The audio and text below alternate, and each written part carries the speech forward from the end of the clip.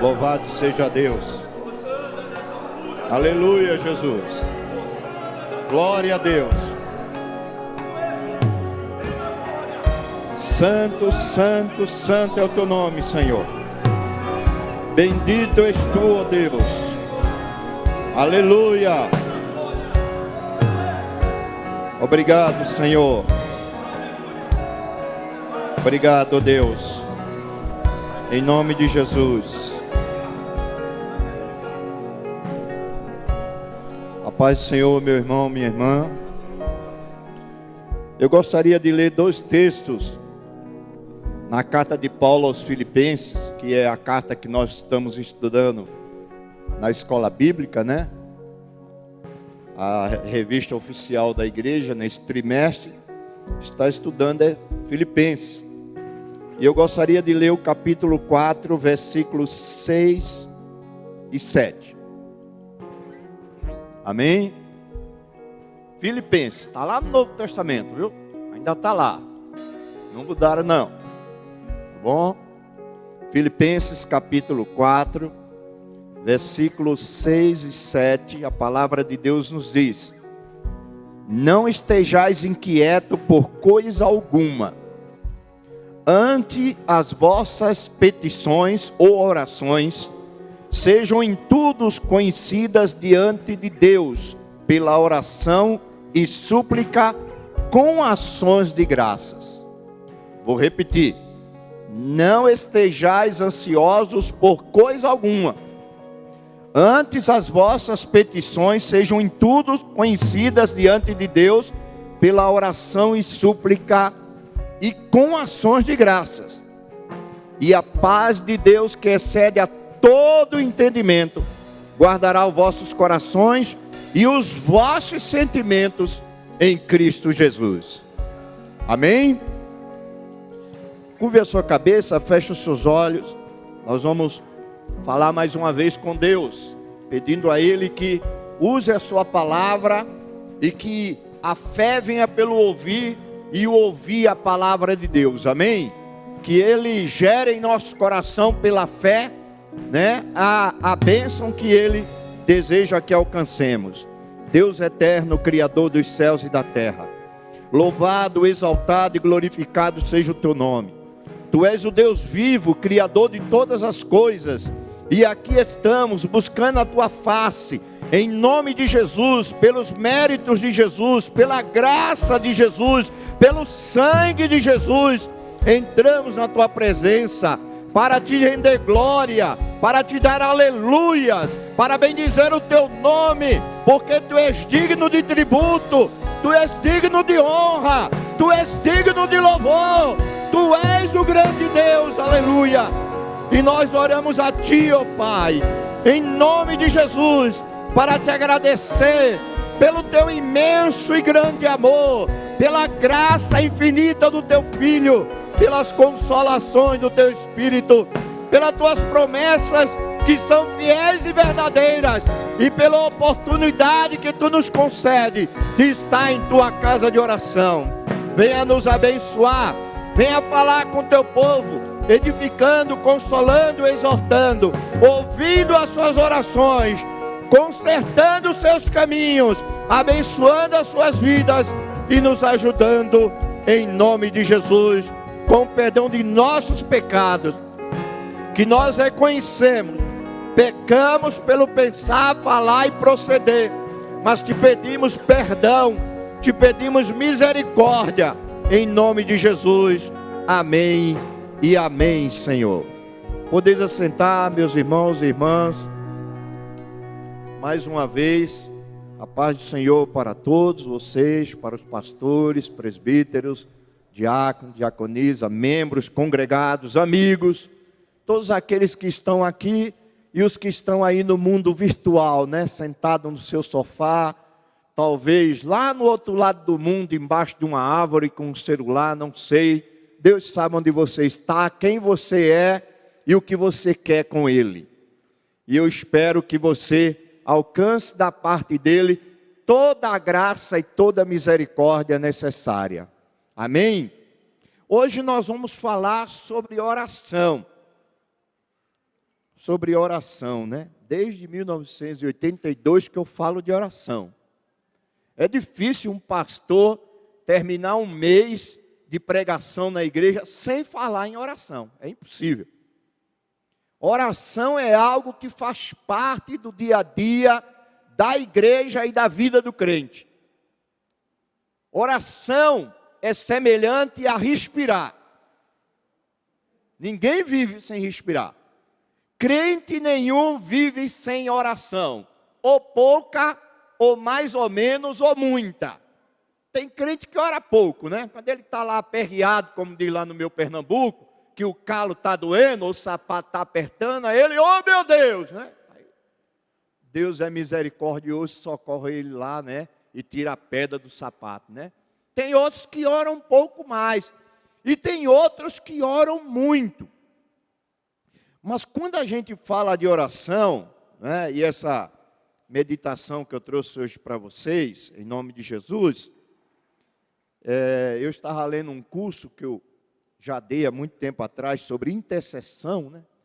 Eu gosto muito de falar de oração e toda a igreja que eu vou, que eu tenho oportunidade, eu separo um tempo para falar com as irmãs do Jardim de Oração, ou, né, do ciclo de oração, ou do grupo de oração, ou, né? Tem vários nomes hoje em dia, ou da célula da oração, né?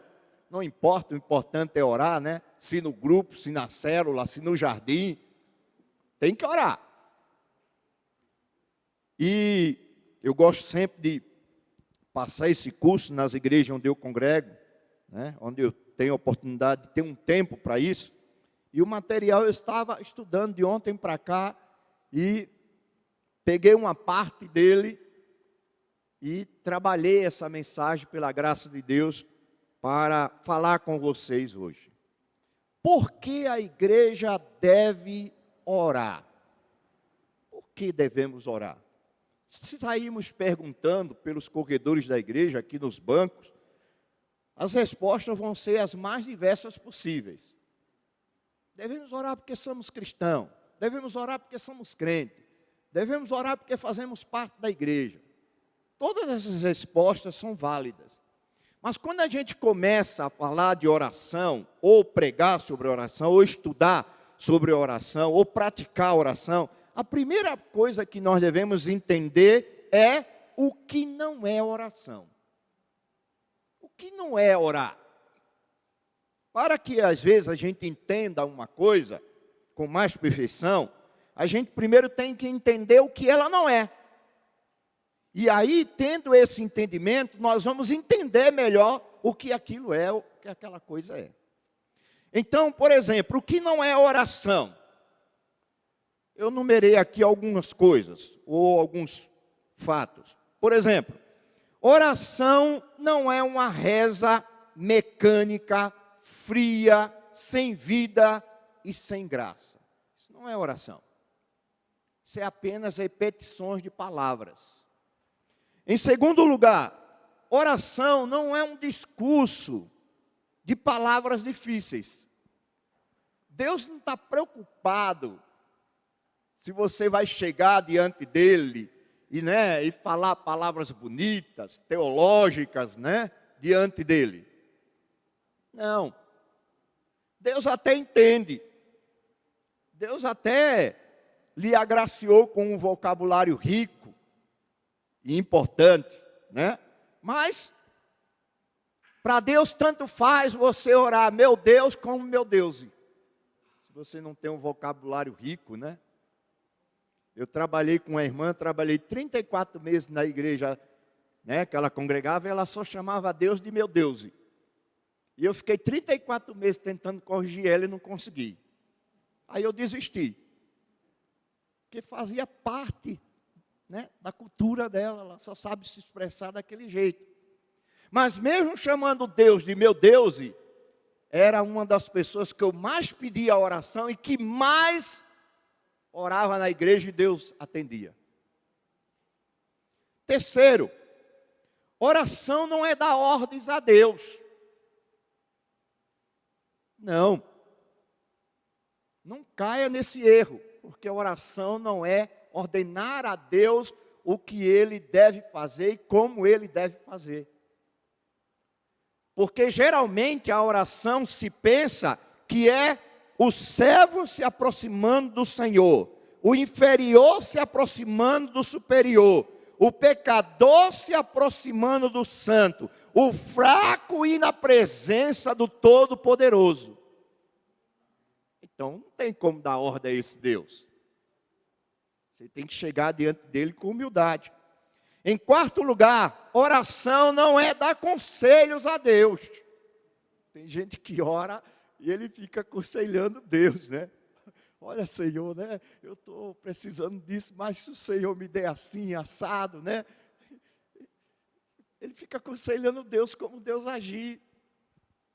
Deus sabe como agir. Você não se preocupe em querer ensinar ele a trabalhar, que ele sabe trabalhar. E em quinto lugar, oração não é um caminho pelo qual nós convencemos Deus. Não é. Jesus disse até no Sermão da Montanha, ou no Sermão do Monte, que ele disse assim: não pensem que pelo muito orar, vocês vão convencer Deus. Ele disse que quem faz isso é os pagãos. Ele disse que os pagãos oram insistentemente ao seu Deus, tentando convencê-lo. E nós temos que entender que nós não temos a capacidade de convencer Deus. E que todas as vezes que você se aproximar de Deus para buscá-lo em oração, espere 3 respostas. E as 3 você deve dar glória e aleluia ao nome dele se ele der. Não, espere um pouco e leve a bênção. Porque quando Deus diz não, olha, é bênção, viu? Receba de coração aberto e dê glória a ele, porque ele sabe o que está dizendo, ele sabe porque ele não está te dando, e ele sabe o quanto aquilo pode te prejudicar. Então, agradeça a ele por isso. Então, o que é oração, então? No nosso doutrinal, o antigo doutrinal, que é o manual de doutrina da igreja, uma das definições de oração é, o que é oração? Oração é conversar com Deus, dialogar com Deus, falar com Deus. E em Tiago, capítulo 4, verso 8, ele diz que oração é se aproximar de Deus. Ele diz lá no verso 8, né? Deus diz assim: achegai-vos a mim, e eu me chegarei a vós. E ele está tirando esse texto de um princípio lá do Antigo Testamento, que Deus diz assim: aproximem-se de mim, e eu me aproximarei de vocês, diz o Senhor dos Exércitos.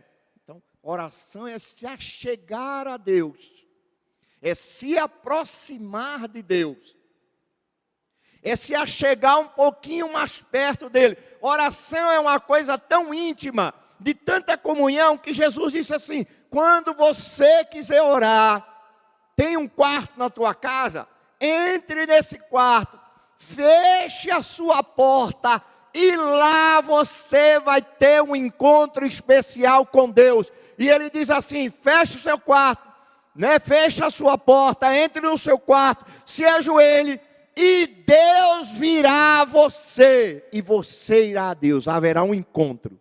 Você vai a Deus, e Ele vem a você.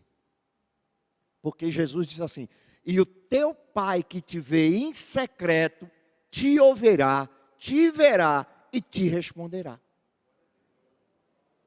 Então tem crente que eu não sei porquê, ou tem pessoas que não sei porquê, né? Ele passa um mês às vezes querendo encontrar alguém, e ele deixa de encontrar alguém, a pessoa mais importante, todo dia, lá na casa dele, que é Deus. Todo dia ele pode marcar um encontro com Deus, e Deus vai estar lá de uma maneira mais plena, mais gloriosa, mais maravilhosa e mais onipresente ainda. Que é lá no quarto, naquele bate-papo com Deus. Deus quer que você bata um papo com Ele, Deus quer que você converse com Ele, ó, como dizia meu avô, bigode a bigode, cara a cara. E ele faz questão disso. Então, oração é conversar com Deus. Orar é ter comunhão com Deus ou se aproximar dele. Isso é um segundo ponto. Então, a gente já entendeu o que não é oração e agora estamos entendendo o que é oração. Um terceiro ponto que eu anotei aqui é que a oração, quando nós estudamos a Bíblia Sagrada, de Gênesis a Apocalipse, nós percebemos isso e a Bíblia ensina isso claramente, que a oração é a maior força que Deus deu ao homem para atuar na terra. A oração. Quando nós estudamos sobre oração, nós entendemos isso. Por quê? Orar é conectar-se ao altar com o trono, ou conectar o altar ao trono. É unir a fraqueza à onipotência divina. É entrar na sala do trono e falar com aquele que é o Criador dos céus e da terra, o Deus onipotente, onisciente, onipresente, o Todo-Poderoso, Senhor dos Exércitos. É falar com Ele. Isso é oração.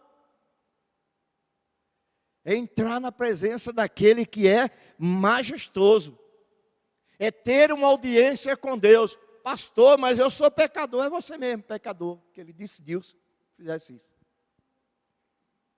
Por isso que o escritor de Hebreus diz que nós devemos entrar diante do trono de Deus, não com mãos vazias, mas ir à presença dele, lavado, remido, coberto pelo sangue de Jesus, para ter uma audiência com ele e falar com ele. E certamente ele nos ouvirá. Então, orar. E por que a gente tem que falar tanto de oração na igreja, se os cristãos já sabem disso, se os que creem em Deus já sabem disso, se os que estão aqui, os que estão distantes, nos vendo pela internet, sabem disso. Sabe por quê, irmãos? Porque nós temos duas naturezas. Uma santificada e outra ainda pecadora. Ou seja, nós temos a natureza do velho Adão e a nova natureza em Cristo Jesus. Existe uma guerra dentro de nós. E a nossa velha natureza não gosta, detesta, quer ver longe esse negócio de oração. Por isso que às vezes orar é tão difícil, né? Não é difícil orar às vezes? Você até põe na cabeça, né? Não, ó, essa semana... Eita, nessa semana está aqui meu diário, eita, vai ser 3 orações por dia. Aí quando chega na sexta-feira que a gente faz uma avaliação, que a gente abre o caderno lá, a gente já começa a dizer, né, misericórdia, Senhor. Eita Deus, mas não atingi nem metade. Por quê? Porque a nossa velha natureza não gosta desse negócio de congregar, cantar, ler Bíblia, orar, tomar ceia, ter comunhão, ser cristão de verdade. Não é com ela. Por isso que nós temos que nos apropriar desta força. A oração é a maior força que atua na face da terra. Um quarto ponto, quando nós estudamos sobre a oração, que eu anotei aqui para vocês, é o seguinte: quando nós estudamos sobre a soberania de Deus e a onipotência de Deus, Deus, pelo seu poder, onisciência, onipotência, sabedoria, presciência, todos os atributos dele, ele determinou algumas coisas pelo qual, só acontecendo essas coisas, ele vai atuar. A oração está dentro desse plano de Deus. A oração move o braço daquele que governa o universo. Nada é impossível para a oração feita a Deus em nome de Jesus, no poder do Espírito Santo.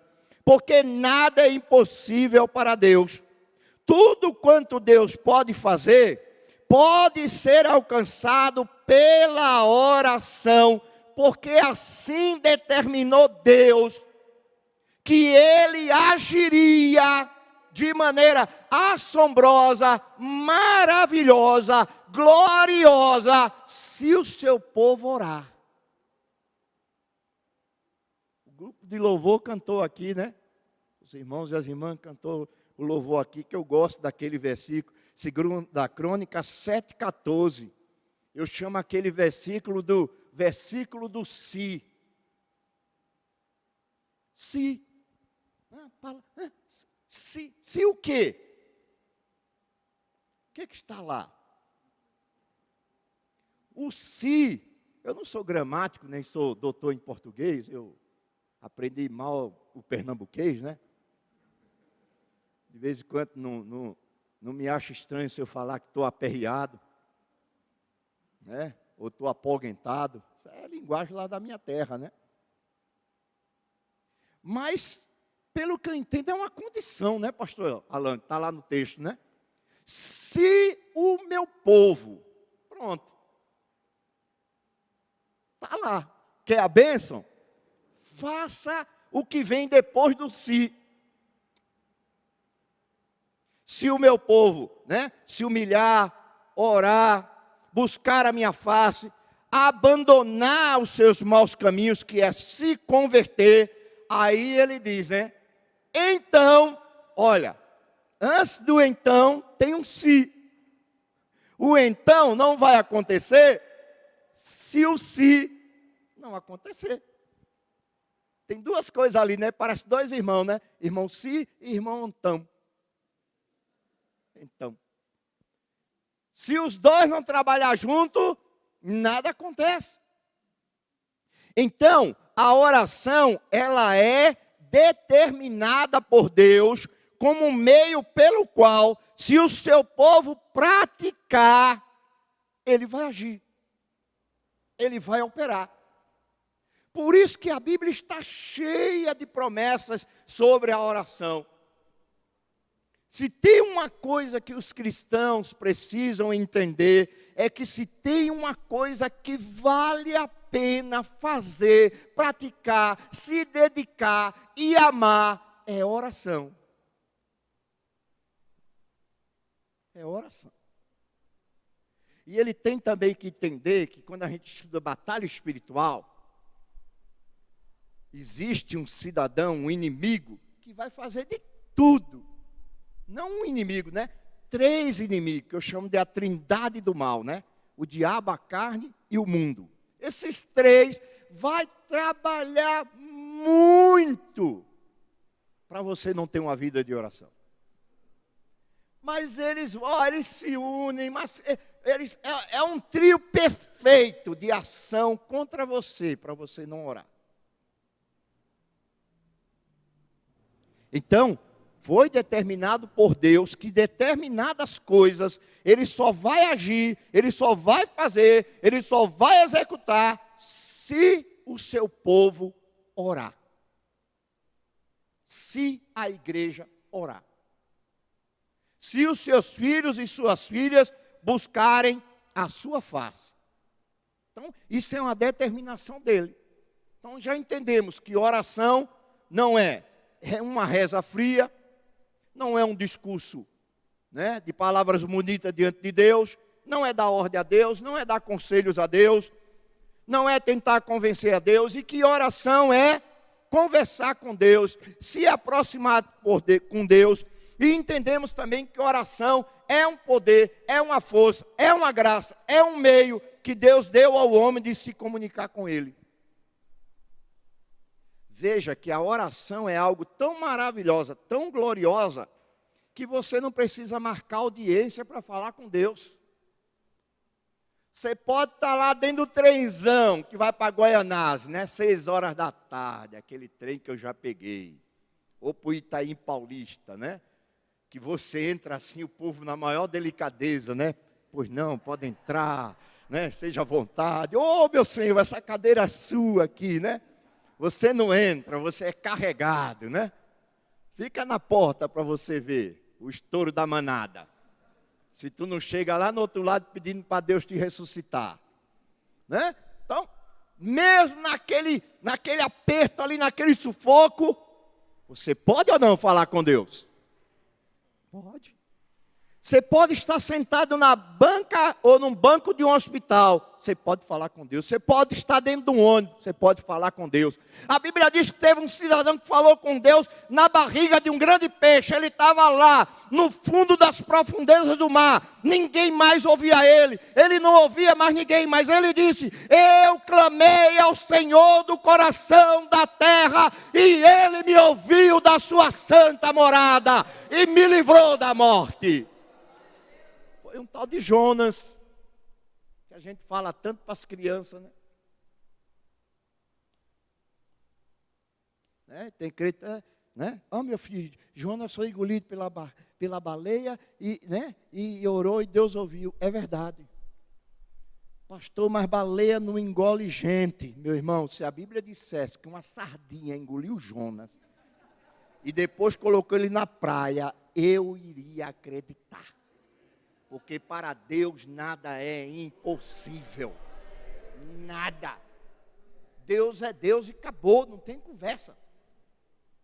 Esse negócio de querer ensinar a Deus que não foi uma baleia, eu não estou nem aí se foi uma baleia, um grande peixe, se foi uma cachalote, não sei, não quero saber. Eu sei que um peixe engoliu o cidadão, eu sei que ele desceu lá nas profundezas, ele orou e Deus ouviu. E Deus ouve. Deus ouve a oração deitada, Deus ouve a oração de pé, Deus atende a oração andando, Deus ouve a oração no meio da guerra. Josué estava lá numa guerra, gente se matando, espada para um lado, espada para o outro, ele vendo Israel perder. Aí a Bíblia diz que ele orou e o Senhor parou os astros, o Senhor atrasou, né, o movimento dos astros, o dia foi alongado e Deus batalhou por Israel e Israel saiu vitorioso, aleluia. Porque Deus assim determinou. Foi Ele que determinou, não foi o pastor Rivaldo não, nem o pastor Alain, foi Deus. Então, meus irmãos e minhas irmãs, baseado em tudo isso, destacaremos 2 pontos importantes, porque a igreja deve orar. Vamos responder a pergunta do início da mensagem, por que a igreja deve orar? Em primeiro lugar, a igreja deve orar porque é pela oração. Eu poderia citar aqui milhares de motivos, vou citar 2. Porque é pela oração que Deus concede, dá e livra seu povo. É pela oração. Assim ele determinou que nos daria livramento se nós orássemos a ele. É determinação dele. E não tem como correr disso. Olha que coisa interessante. Israel estava no cativeiro, debaixo das cibatadas dos egípcios, com os pés no barro, e as costas toda arrebentada de tanta chicotada. Mas a Bíblia diz que Israel clamou a Deus lá no cativeiro, lá no Egito, e Deus ouviu. Olha o que diz Êxodo capítulo 3, versos 7 a 10. Olha o que diz o texto, ó. Disse o Senhor, ele falando com Moisés: de fato tenho visto a opressão sobre o meu povo no Egito, e também tenho escutado o seu clamor. Então, Deus é um Deus que vê, e Deus é um Deus que escuta. Glória a Deus por isso, irmão. Ele não é um Deus de prata, de pedra, de cobre, de mármore, de vidro. Tem olho, mas não vê, tem ouvido, mas não ouve, tem boca, mas não fala, tem pé, mas não anda, tem mãos, mas não apalpa, pode ter até um coração, mas não bate. Não, o nosso Deus é o Deus vivo. Ele tem olhos e vê, ele tem boca e fala, ele tem ouvido e escuta, ele tem mão e age, ele tem pé e anda no meio do seu povo. E ele tem coração e nos ama. Ele disse: eu ouvi, tenho visto o sofrimento do meu povo no Egito. Mas ele não ficou só no ouvir. A Bíblia diz que ele escutou o clamor do seu povo. Então ele não só vê, fica lá do céu. E, oh meu Deus, mas o que está acontecendo com Refaim lá na terra? Meu coitado, está sofrendo. Não. Ele não fica só no ver. Ele escuta, ele age, ele opera. Quando nós clamamos a Ele, e qual é a promessa dele em relação a isso? Ele diz, buscar-me-eis e me achareis, quando vocês me buscarem de todo o vosso coração, diz o Senhor dos Exércitos. É promessa dele. Então Israel estava lá, debaixo do chicote, todo arrebentado, e aí o Senhor diz, por isso desci para livrá-los das mãos dos egípcios e tirá-los para a terra que prometi aos seus pais, a terra que emana leite e mel. Então Deus livra, Deus vê, Deus desce, Deus age, Deus luta. Mas quando isso acontece? Quando o seu povo ora. Quando o seu povo busca. Quando o seu povo clama. Outro fato, quando o povo de Deus ora, os céus se movem. A igreja é fortalecida e os inimigos batem em retirada. Um exemplo bem claro disso é no tempo do rei Ezequias. Está lá em Isaías 37. O capítulo diz que Ezequias reinava em Judá e que o grande rei da Síria, Senequeribe, resolveu fazer uma política de expansão do seu reino. E ele saiu como um grande exército, parecendo um enxame de abelha ou de gafanhoto, uma grande nuvem de gafanhoto. E ele pegou todas aquelas nações ao redor da Síria, conquistou todas, destronou seus reis, tomou posse das suas terras, levou os seus tesouros, derrotou os povos, e aí ele chegou diante do reino de Judá. E a Bíblia diz que, quando ele chegou no reino de Judá, ele conquistou muitas cidades de Judá, e faltava Jerusalém.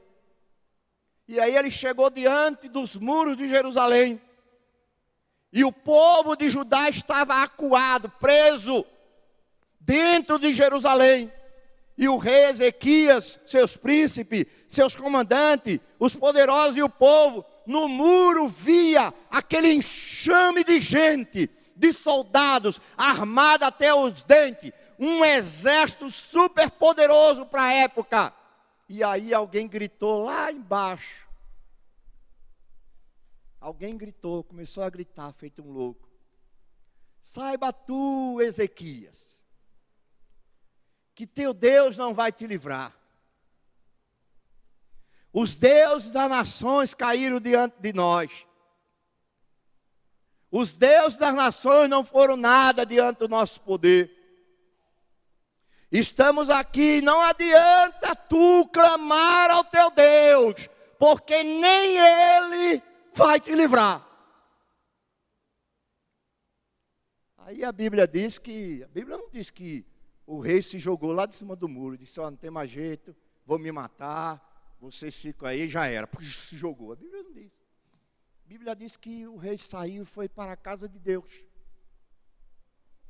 Foi buscar aquele que tudo pode. Senaqueribe era um rei, mas Deus é o rei dos reis. Senaqueribe era um soberano, mas Deus é o Senhor dos senhores. Aí a Bíblia diz que ele foi orar. Quando ele estava lá orando, Deus usa o profeta Isaías e manda uma mensagem para o rei dizendo, não temas, ó Judá e Ezequias, porque vocês verão o que eu vou fazer. Senaqueribe não afrontou vocês, mas afrontou a mim, o Senhor dos Exércitos. E a Bíblia diz que naquela noite, bendito seja o nome de Deus. Eita, Deus poderoso. Naquela noite, Deus não mandou um exército de anjo, não. Deus mandou um anjo. Um anjo. Olha quanto teu Deus é poderoso. Se fosse 150 mil anjos, você poderia até dizer, mas 150 mil anjos, quem é que vai resistir?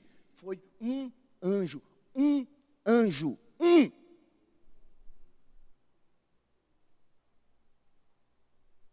Um só, presbítero. Um só, pastor Moscone. Um só, pastor William. Pastor Efraim, um só. E o que será que aconteceu, né? Por isso assim diz o Senhor acerca do rei da Síria, né? Da Síria. Ele não entrará nesta cidade e não vai atirar uma flecha sequer. Não virá diante dele como escudo e nem vai construir rampa para cercar essa cidade. Pelo contrário, por onde ele veio, ele voltará e não entrará nessa cidade, declara o Senhor dos Exércitos. Meu irmão, minha irmã, se o Santo de Israel decidir lutar por você, 1000 cairão ao teu lado, 10.000 do outro, mas você não será atingido, porque operando Deus, quem impedirá? Ele é o Todo-Poderoso, aleluia. Aí a Bíblia diz assim, ó: eu defenderei esta cidade e a salvarei por amor de mim e por amor de Davi, meu servo. Aí o texto diz assim: então o anjo do Senhor saiu e matou 150 mil soldados do acampamento da Síria. Que Deus é esse, irmão? Quando o rei da Síria acordou no outro dia de manhã, ele viu o estrago. Ele viu quem é Yahvé dos exércitos. Ele viu quem é El Shaddai, o Deus Todo-Poderoso. Ele viu quem é Yahvé proverá, o Deus que provê para o seu povo. Ele viu o Deus que luta pelo seu povo e vence a batalha. Um rei orou e Deus fez tudo isso. Um povo orou e Deus fez tudo isso. Outro caso interessante, além desse caso do Egito, além do caso do rei Ezequias, é o caso de Pedro. O irmão Pedro, conhece o irmão Pedro, pescador? Que Jesus chamou ele para ser apóstolo? Pedrão, né? Lá da Galileia. Irmão Pedrão. Foi convidado para ser apóstolo. A Bíblia diz que Pedro e João pregavam o evangelho, encheram a cidade de Jerusalém da palavra de Deus, e por causa disso foram presos. Atos 12. Herodes, um dos filhos de Herodes, né, Herodes o Grande, um dos Herodes, resolveu prender os apóstolos. Prendeu 2, Tiago e João. Aí ele matou Tiago, a espada, mandou degolá-lo, matá-lo. E ele viu que isso agradou os inimigos da igreja. E aí o que foi que ele fez? Como era o dia dos pães asmos, ele prendeu Pedro e deixou Pedro num cantinho para matar depois, porque isso agradou as autoridades judaicas que eram inimigas da igreja. E ele deixou Pedro lá na prisão. Mas como ele sabia que Pedro era um dos líderes da igreja, ele mandou Pedro ficar preso e bem guardado. Colocou um monte de soldados. E além de tudo ainda mandou acorrentar Pedro, né, na perna de um, para não escapar mesmo. Era soldado que não acabava mais para cuidar de um pescador. Olha o medo do cara. Colocou lá na fortaleza. Aí a Bíblia diz o seguinte, olha a fé de Pedro, né?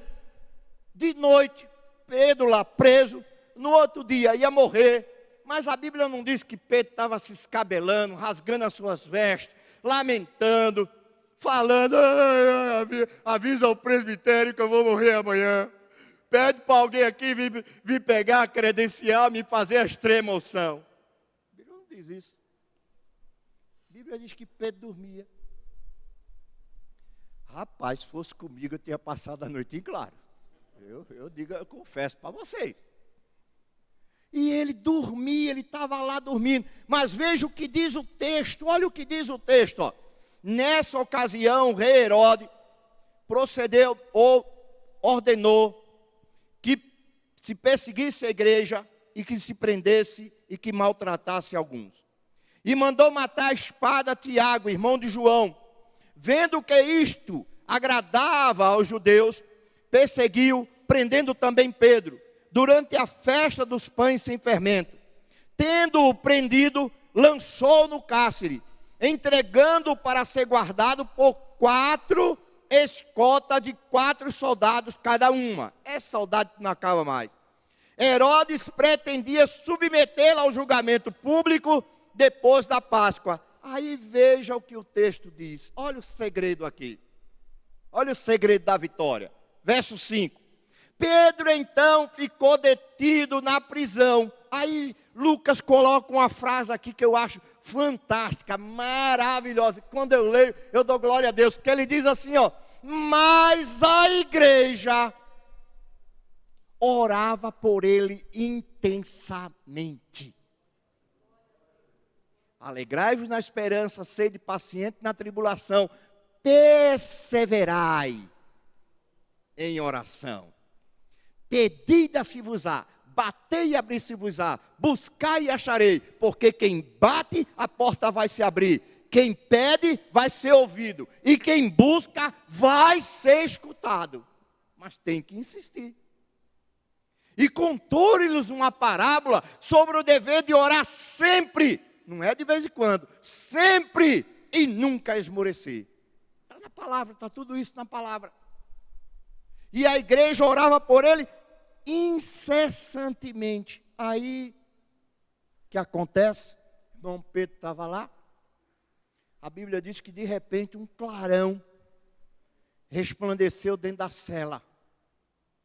Era um ser glorioso, enviado de Papai do céu. Enviado do nosso Deus, daquele a quem nós estamos adorando aqui agora, e Ele está presente aqui agora. Deus resolveu dar um jeito, porque o povo estava orando, e a Bíblia diz que um anjo do Senhor foi à cela de Pedro, iluminou o cárcere, tocou nas correntes, as correntes caíram, Pedro estava lá, o anjo disse, levanta-te e segue-me. E a Bíblia diz que o anjo foi na frente, portas foram se abrindo, Pedro olhando, estatalado, maravilhado, não sei o nome que a gente dá isso, né? É realmente impactado pelo poder de Deus. E ele acompanhando o anjo nem sequer tocava, o anjo só ia na direção, portas se abria, grilhões caía, a bênção estava chegando. E a Bíblia diz que quando Pedro chegou na rua, foi que ele caiu em si e disse, misericórdia, eu estou solto. Que foi, porque ele pensava que aquilo era uma visão. É, irmão, Deus faz coisas assim com a gente, viu? Que a gente não sabe o que está acontecendo. E a única coisa que a gente tem que fazer, sabe o que é? Aleluia, glória a Deus. Bendito seja o nome do Senhor. O Senhor me ouviu, o Senhor me abençoou, o Senhor me livrou, o Senhor me ajudou. É abrir a boca e glorificar o nome do Senhor. E outra coisa, e vim para a igreja contar as bênçãos, porque a Bíblia diz que quando Pedro se deu em si, primeira coisa que ele fez não foi pegar um camelo, um cavalo bom e dar o pé de Jerusalém, não. A Bíblia diz que ele foi para a casa da irmã Marta, da Sofap, do Ministério Feminino, lá de Jerusalém. Ele foi para a casa dela, e quando ele chegou lá, o que é que a igreja estava fazendo? A igreja não estava fazendo um culto de lamentação, um culto de derrota. Não, a igreja estava orando, buscando a Deus, adorando a Deus, aleluia. E Pedro foi para a igreja contar a bênção. Meu irmão, minha irmã, Deus está te abençoando nessa noite. Minha irmã, meu irmão, Deus está te dando vitória.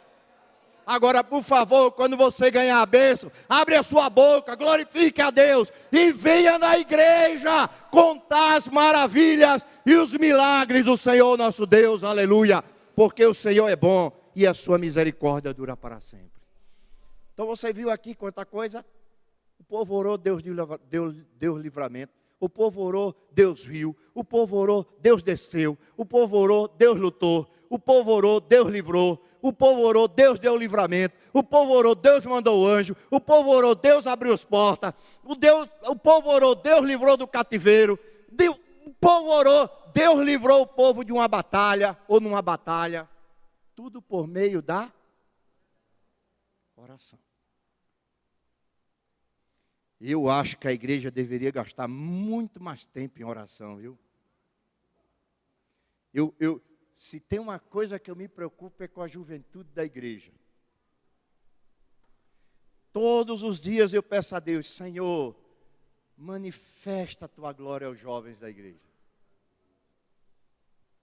Manifesta o teu poder a essa moçada. Tem jovem da igreja que nunca viu a interpretação de línguas. Tem jovem na igreja que nunca viu uma profecia. Tem jovem na igreja que nunca viu uma operação de maravilhas. Antes da pandemia eu fui numa vigília e Deus, pela sua graça, revestiu aquele grupo que estava ali e começou a falar. Alguns jovens ficavam assim, sabe? Como se tivesse levado um choque, sem saber o que estava acontecendo, sem entender. Mas era Deus se manifestando no meio do seu povo. Nós precisamos ter experiências vivas com Deus. Nosso Deus não pode ficar só na teoria. O nosso Deus é um Deus vivo. É um Deus que vou usar uma expressão humana, me entendam, né? Os mais sábios aqui, me entendam. Deus quer ser abraçado, quer ser apalpado. Deus quer ser tocado pelo seu povo. É isso que Deus quer, Ele quer ter uma comunhão viva conosco. Então, orar. Quando a igreja ora, Deus dá livramento. E para fechar, em segundo lugar, quando a igreja ora, Deus fortalece ela com o poder e o Espírito Santo. Igreja de Vila Medeiros, eu vi ontem pastor Alain dizendo que vocês vão fazer 70 anos, se assim Deus aprove, em agosto. Você acha que essa igreja está em pé aqui 70 anos? Porque tem irmãos aqui muito intelectual, ou muito ricos, ou muito poderosos?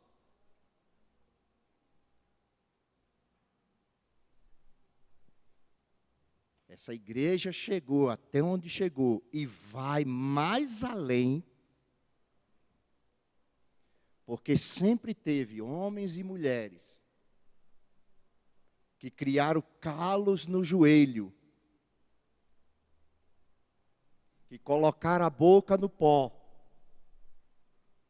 que enfrentaram noites frias, em vigílias, em correntes de oração, em jardins de oração, buscando a presença do Deus vivo. Essa é uma igreja que pode cantar aquele velho hino com todos os pulmões, assim, ó, com toda a força do pulmão. Aquele velho hino que diz assim, ó, conta as bênçãos, conta quantas são, recebidas da divina mão. Uma a uma, dize-as de uma vez. E o quê?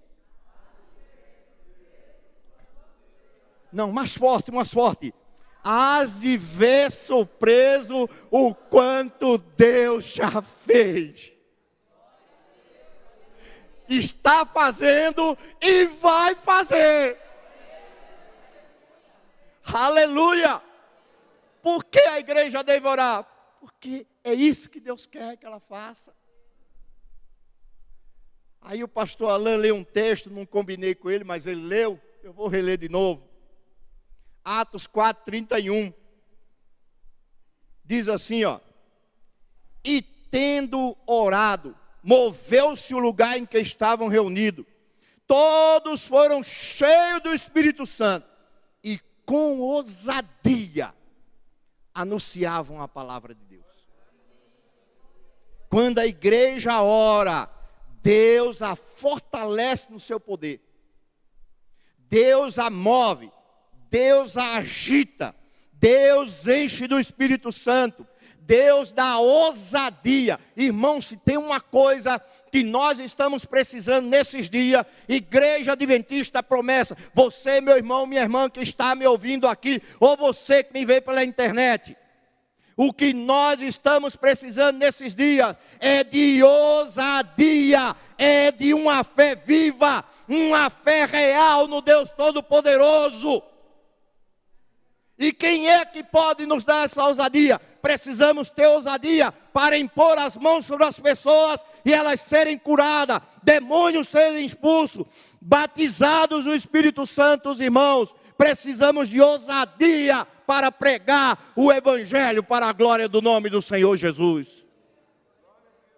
E isso nós temos quando nós oramos. Igreja que ora é igreja forte. Igreja que ora vence a batalha. Igreja que ora, Deus dá livramento. Igreja que ora, Deus envia os anjos. Igreja que ora, Deus vê, Deus vem, Deus luta e Deus dá vitória a ela. Essa é a igreja que ora para a glória do seu nome. E ela é cheia do Espírito Santo. Quanto mais ela ora, mais Deus dá poder para ela queimar esse poder, para ela usar esse poder, para ela glorificar o nome dele nesse poder. Aleluia.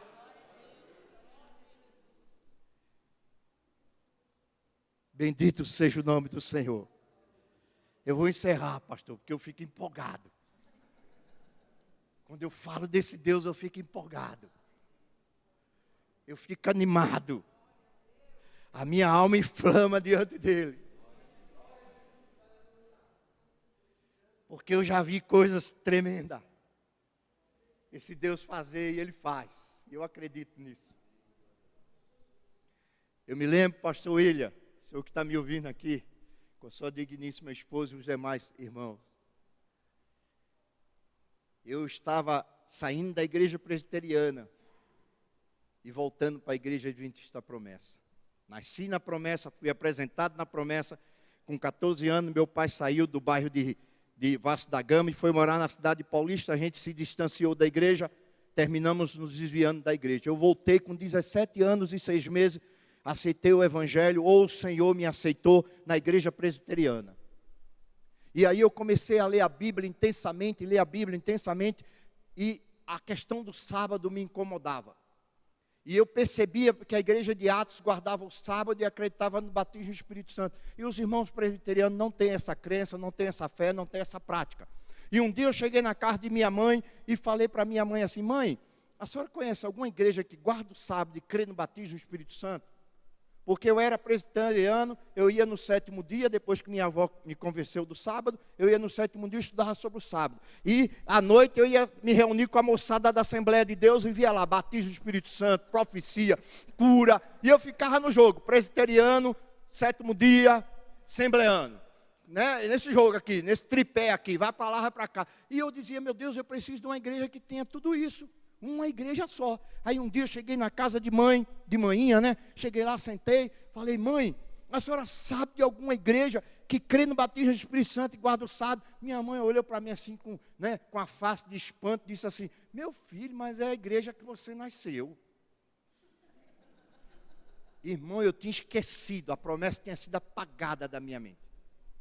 Eu digo: como assim, minha mãe? Ela disse: é a igreja que sua avó, que eu congregava quando eu era moço. Minha mãe estava desviada há 20 anos. Né? E aí ela me disse, a igreja, aí eu fui no sábado, primeiro sábado eu fui para a igreja, fui lá, reencontrei a igreja do Vasco da Gama. Rua Aviador Rego Barros, lá no Vasco da Gama. Cheguei lá e encontrei a igreja. Irmão, naquele sábado, olha que bênção, olha que maravilha, pastor Alain. Eu estou lá na igreja, sentado, culto maravilhoso, né? Os irmãos cantando, louvando, hino do brado, corinho, né? O povo cantando. Naquela época as crianças entravam, aí as crianças entrou, cantou lá 2 louvor, pastor orou pelas crianças, né? Todo aquele cerimonial que a promessa tinha, né? Assim, um culto vivo, maravilhoso. Aí no final do culto, o pastor pegou o microfone para dar a bênção apostólica. Pastor João Julião Ramos, já dormiu no Senhor. Voz de trovão, a gente chamava pastor voz de trovão, né?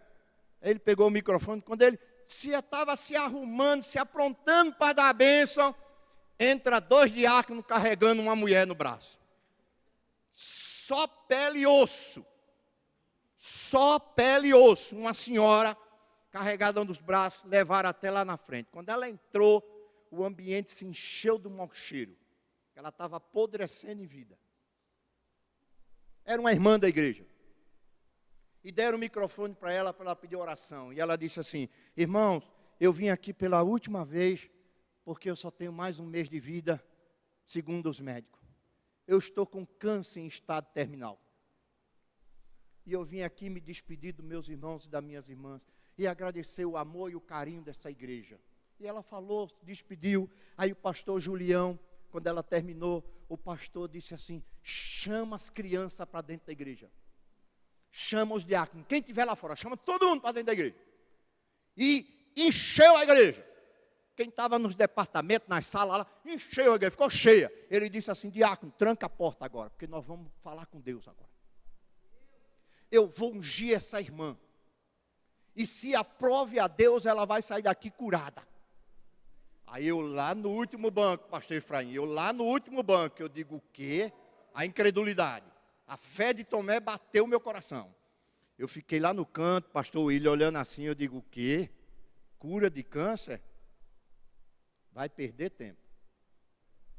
Fiquei lá sentado na incredulidade, duvidando, meu irmão, duvidando mesmo. Aí ele pegou o óleo da unção, chamou as crianças, chamou as pessoas lá na frente. Meu irmão, quando começaram a orar por essa mulher, veio um poder do Espírito Santo sobre a igreja. Mas foi um poder que eu fiquei com medo. As crianças falavam em língua, os adolescentes falavam em língua. Quem era batizado no Espírito Santo falava em língua, aquelas senhoras falando em língua. E eu aqui num canto, né, presbiteriano, sem entender muito, né, sem compreender muito. E um aqui do meu lado falando em língua, outro do outro lado falando em língua. E o poder foi tão grande que eu me segurava no banco. Eu digo, meu Deus, essa igreja vai cair. Com esse barulho todo, com esse alarido todo. E o povo orando, mas o povo orava mesmo, e derramava lágrimas, e chorava, e foi aquela oração. Eu sentei no banco, fiquei agarrado no banco, eu digo, meu Deus, misericórdia. Ai, Senhor, tem misericórdia, termine logo esse negócio, que eu quero sair daqui, essa casa vai cair. Era a minha oração, eu desesperado. Terminou a oração, o pastor deu a bênção apostólica, e despediu aquela irmã em paz. Aí ela disse assim, pastor, só mais uma palavra. Eu quero dizer para o pastor que no próximo sábado, se Deus quiser, eu vou voltar aqui para agradecer minha bênção. Porque eu sei que Deus me curou hoje. E Deus sabe, irmão, como eu era incrédulo. Eu disse lá no banco, eu digo, não, eu vou estar sábado aqui, porque isso é impossível. Cura de câncer é impossível. E eu fui a primeira pessoa a chegar no outro sábado na igreja. Na minha incredulidade, irmão, eu coloquei Deus à prova. E eu cheguei, sentei, veio a escola bíblica, veio o culto, veio a pregação. E eu olhava, procurava aquela mulher e ela não estava lá na igreja. E quando o pastor estava dando a bênção apostólica, parece que a cena Deus deixou justamente para repetir. Quando ele estava dando a bênção, eu pensei na minha vã incredulidade, eu pensei, aquela senhora morreu. E quando ele começou a bênção apostólica, aquela mulher entrou na igreja, andando com seus próprios pés, totalmente transformada pelo poder de Deus.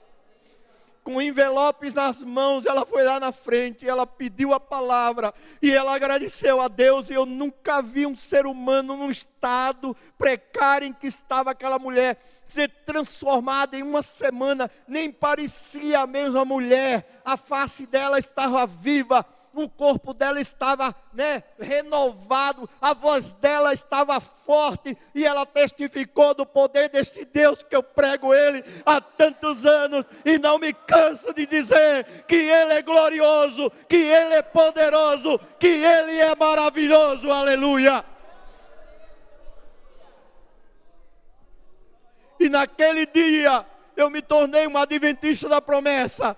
E estou militando nesta igreja há tantos anos, e caminhando com esse Deus. E quando eu falo dele, eu não falo daquilo que eu acho que é, eu falo daquilo que eu já vi ele fazer, e vejo ele fazer, porque eu sei que ele é o Deus vivo, aleluia. Eu peço a você, meu irmão, minha irmã, para ficar em pé. Vamos falar com esse Deus. Vamos derramar a nossa alma diante dEle. Vamos pedir a Ele força e graça. Aleluia, Jesus. Nós vamos orar em nome de Jesus. Nós vamos buscar a presença de Deus, amém? Glorifique a Deus, meu irmão. Glorifique a Deus, aproveite a oportunidade de você estar nessa casa de oração. Exalte o nome do Senhor. Meu irmão, minha irmã, você que me vê pela internet, louve a Deus aí na sua casa, onde você estiver, glorifique ao Senhor, porque o Senhor também vai te visitar, o Senhor também vai operar na tua vida. Meu irmão, minha irmã, se você crê, você verá a glória de Deus.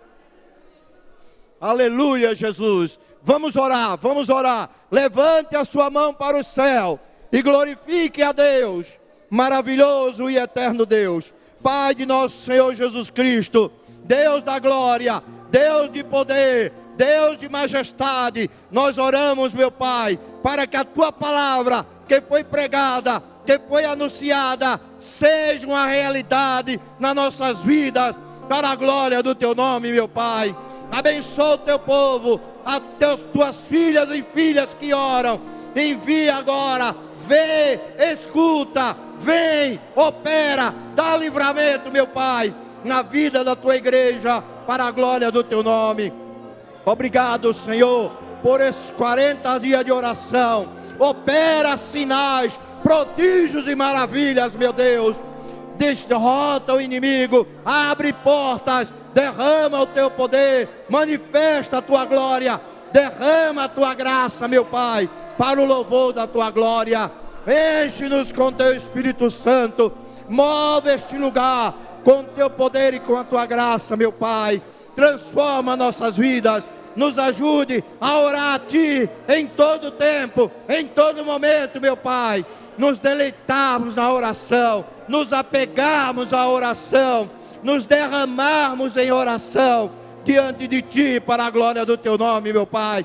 Obrigado porque Tu sempre nos ouve, obrigado porque Tu nos escuta, obrigado porque o Senhor tem nos abençoado. Opera na vida da criança, do jovem, do adulto, do ancião, do servo, da serva, meu Pai. Derrama o Teu poder e dai a Tua graça, aumenta a nossa fé e nos ajuda a confiar em Ti, meu Pai, em nome de Jesus, para a glória do Teu nome. Amém e amém, Senhor. Meu irmão, minha irmã, eu quero convidar você a vir aqui à frente. Você que tem uma causa impossível, que tem um problema, que crê nesse Deus, vamos pedir a Deus para operar milagres e prodígios, irmão, que Ele opera. Amém? Vamos pedir que Ele opera. Eu quero convidar o pastor Alain, por favor, para ministrar essa oração. Os pastores que puderem vir aqui para orar, venha, meu irmão, pela fé. Vença a timidez, vença todos os obstáculos, venha. Quem sabe é nesta noite, é nesta hora. Aproveite a unção que está aqui. Aproveite a unção que está aqui. Venha glorificar a Deus. Se você não tiver fé, venha a si mesmo e diga: Senhor, me ajuda na minha falta de fé, me ajuda na minha pequena fé. Deus está aqui, irmão. Deus te ama, minha irmã. Deus te ama, meu irmão. Hoje é uma noite especial. Hoje é uma noite especial. Entenda isso, creia nisso. Se abra para isso, aleluia. Venha, derrame o seu coração. Em nome de Jesus, confie em Deus, coloque-se diante de Deus. Venha você, rapaz, moça, criança, quem sentir no coração, venha receber a sua bênção, em nome de Jesus. Pode adorar, meu irmão, aleluia, glória a Deus. Bendito seja Deus. Aleluia, Jesus. Aleluia. Glória a Deus. Glória a Deus. Opera sinais e prodígios, Senhor. Opera maravilhas nessa noite. Estende o teu braço forte e tua mão poderosa para curar, libertar, salvar. Ó Pai, derramar a tua graça e o teu poder sobre a vida de todos, meu Pai. Em nome de Jesus, resolve esta causa, põe as tuas mãos, dá esse livramento, meu Pai, em nome de Jesus, para a glória do teu nome, meu Pai, em nome de Jesus, aleluia. Obrigado, Senhor, por esses 40 dias de oração e de jejum. Obrigado porque essas orações estão diante de Ti, para glorificar o Teu nome, para exaltar o Teu nome, Senhor, em nome de Jesus. Aleluia, aleluia.